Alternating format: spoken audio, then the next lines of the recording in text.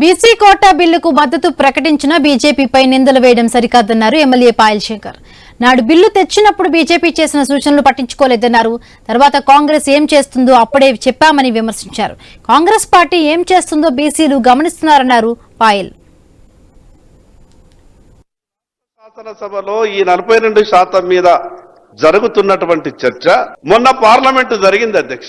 Parliament లో ఎప్పుడైనా దీని మీద చర్చ జరిగినా అక్కడ భారతీయ జనతా పార్టీ వేరే విధంగా మాట్లాడినా మీరేమన్నా మాట్లాడితే దాంట్లో అర్థం ఉంటుంది. మేము ఇక్కడ ఇంత సంపూర్ణంగా మద్దతు ప్రకటించి అన్ని రకాలుగా బీసీలకు కావాల్సినటువంటి విషయాల మీద ప్రభుత్వానికి ఇంత స్పష్టంగా సూచనలు సలహాలు ఇస్తే దాని మా మీద నిందలేసేటటువంటి ప్రయత్నం. మేము ఆ రోజు కూడా శాసనసభలో చెప్పినాం, మీరు ఈ రోజు బిల్లును ప్రవేశపెడుతూ రాబో రోజులలో ఏ కార్యక్రమాలు చేస్తారో అనేది కూడా మేము ఆ రోజు చెప్పినాం.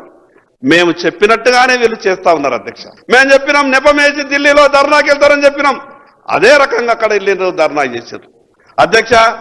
ధర్నాలతోనే చట్టాలు అయిపోతాయా? ధర్నాలతోనే మార్పులు అయిపోతాయా? వీళ్ళ ఆలోచన ఏంటిది? మేము చెయ్యలేనటువంటి పరిస్థితులలో ఈ నెపం మిగతా రాజకీయ పార్టీల మీద పెట్టి తప్పించుకోవాలని. బీసీలు ఆ మాత్రం తెలివిలేక లేరు అధ్యక్ష. ఏ వ్యక్తి ఏం చేస్తున్నాడో, ఏ వ్యక్తి ఏ అవసరం కొరకు ఏ మాట మాట్లాడుతున్నాడో ప్రతి విషయాన్ని క్షుణ్ణంగా అధ్యయనం చేస్తున్నారు అధ్యక్ష బీసీ సంఘాలంతా. అధ్యక్ష, మీరు ఈ రాష్ట్ర శాసనసభలో ఈ 42% మీద జరుగుతున్న కొత్త మున్సిపాలిటీల ఏర్పాటుకు సంబంధించిన బిల్లును అసెంబ్లీ ఆమోదించింది. ఈ సందర్భంగా తీసుకొచ్చిన బిల్లుపై అధికార విపక్షాల మధ్య స్వల్ప వాగ్వాదం చోటు చేసుకుంది. కొత్త మున్సిపాలిటీలు ఏర్పాటు చేసిన ప్రభుత్వం తగిన సిబ్బందిని నియమిస్తుందా అని హరీష్ రావు ప్రశ్నించారు. ఇప్పటికే మున్సిపాలిటీలో సిబ్బంది లేరన్నారు. మున్సిపాలిటీలో కమిషనర్లు కూడా లేరని తెలిపారు. నిధులు ఇవ్వకపోతే మున్సిపాలిటీలు ఎలా నడుస్తాయని హరీష్ రావు నిలదీశారు. 22 నెలలైంది ప్రభుత్వం వచ్చి. పరిస్థితి ఏంటంటే ఎన్ని మున్సిపాలిటీలు ఏర్పాటు చేసామన్నది ముఖ్యం కాదు, అసలు మున్సిపాలిటీలకు ఏమైనా నిధులు ఇస్తున్నారా లేదా.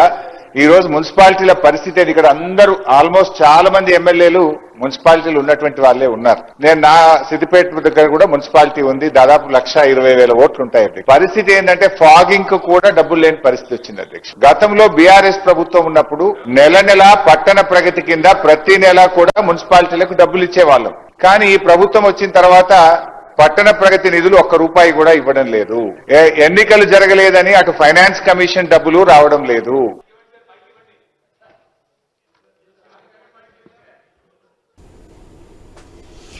హరీష్ రావు విమర్శలకు మంత్రి శ్రీధర్ బాబు కౌంటర్ ఇస్తూ ప్రజలను సభలను తప్పుదోవ పట్టిస్తున్నారని ఆగ్రహం వ్యక్తం చేశారు. ఎక్కడా నిధులు ఇబ్బంది లేకుండా ఈ ప్రభుత్వం చర్యలు చేపడుతోందన్నారు.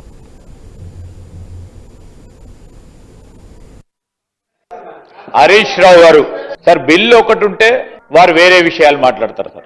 ప్రజలను సభను ప్రక్కదారి పట్టించే కార్యక్రమం చేస్తారు. వారికున్న అనుభవం ద్వారా ఒక షార్ట్ నోటీస్ ద్వారా రండి, అవకాశం ఇచ్చినప్పుడు రండి, మాట్లాడదాం, చర్చకు సిద్ధం. మేము ఈ రోజు మున్సిపాలిటీస్ కార్పొరేషన్ కు సంబంధించిన అభివృద్ధి విషయంలో ఎక్కడా కూడా నిధుల పరంగా ఇబ్బంది లేకుండా కనీస అవసరాలు తీర్చే ఓ కార్యాచరణ తీసుకొని ఆనాడు మీరు ఇచ్చిపోయారు.